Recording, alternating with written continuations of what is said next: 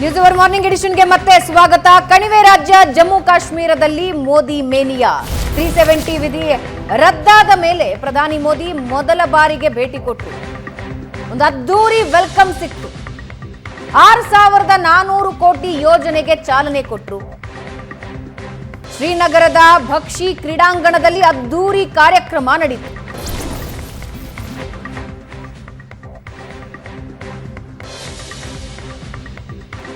ವಿಕಸಿತ ಭಾರತ ವಿಕಸಿತ ಜಮ್ಮು ಕಾಶ್ಮೀರ ಕಾರ್ಯಕ್ರಮ, ಕೃಷಿ ಆರ್ಥಿಕತೆ ಉತ್ತೇಜಿಸುವ ವಿವಿಧ ಯೋಜನೆಗಳಿಗೆ ಚಾಲನೆ ನೀಡಲಾಯಿತು.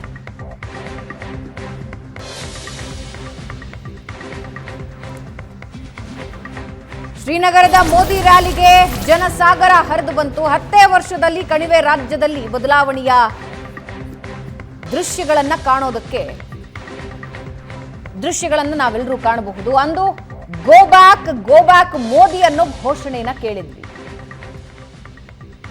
ಈಗ ಸಲಾಂ ಮೋದಿಜಿ ಅಂತ ಟ್ವಿಟರ್ನಲ್ಲಿ ಸ್ವಾಗತ ಕೋರಿದ್ದಾರೆ. ಹಾಗಾದ್ರೆ ಮೋದಿ ಏನ್ ಹೇಳಿದ್ರು ಕಾಶ್ಮೀರದಲ್ಲಿ ಕೇಳಿ.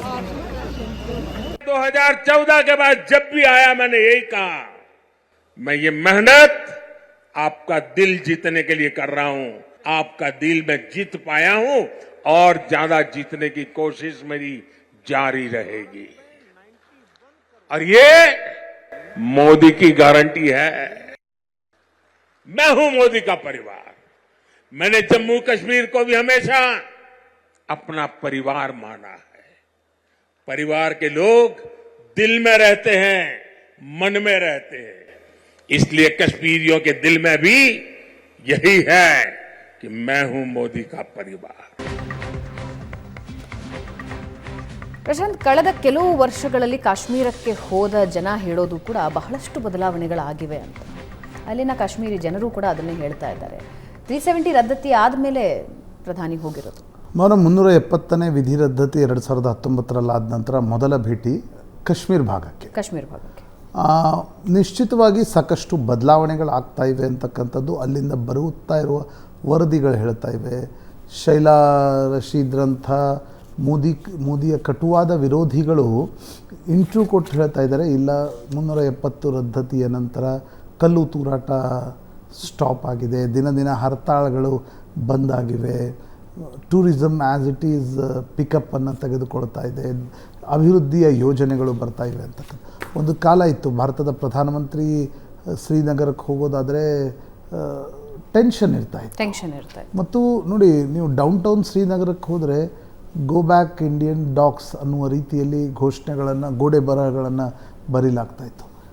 ಕಾಶ್ಮೀರನ್ನು 370 ವಿಧಿ ರದ್ದತಿ ನಂತರ ನಿರೀಕ್ಷೆ ಏನು? ಮೇನ್ ಸ್ಟ್ರೀಮ್ ಜೊತೆಗೆ ಕಾಶ್ಮೀರಿಗರು ಕೂಡ ಹೆಜ್ಜೆ ಹಾಕಬೇಕು ಅಂತಕ್ಕಂಥದ್ದು. ಅದು ಪ್ರಾಯಶಃ ಈಗ ಸೆಪ್ಟೆಂಬರ್ನಲ್ಲಿ ಚುನಾವಣೆಗಳಿವೆ, ಆ ಚುನಾವಣೆಗಳು ದರ್ಶಿಸ್ತವೆ ಏನಾಗಿದೆ, ಒಳಗಡೆ ಏನು ಭಾವನೆ ಇದೆ ಅಂತಕ್ಕಂಥದ್ದು. ಬಟ್ ಮೇಲ್ನೋಟಕ್ಕೆ ಸಾಕಷ್ಟು ಬದಲಾವಣೆಗಳನ್ನು ಆಗ್ತಾ ಇವೆ ಅನ್ನೋದು ಅರ್ಥ ಆಗ್ತಾ ಇದೆ. ಇದೇ ಸುದ್ದಿಯೊಂದಿಗೆ ಇವತ್ತಿನ ಚರ್ಚೆ ಮುಗಿಸೋಣ. ಪ್ರಶಾಂತ್, ಧನ್ಯವಾದ ಚರ್ಚೆಯಲ್ಲಿ ಭಾಗಿಯಾಗಿದ್ದಕ್ಕೆ. ವೀಕ್ಷಕರೇ, ಇದು ಇವತ್ತಿನ ನ್ಯೂಸ್ ಅವರ್ ಮಾರ್ನಿಂಗ್ ಎಡಿಷನ್. ನೇರ ದಿಟ್ಟ ನಿರಂತರ ಸುದ್ದಿಗಾಗಿ ನೋಡ್ತಾ ಇರಿ ಏಷ್ಯಾ ನೆಟ್ ಸುವರ್ಣ ನ್ಯೂಸ್.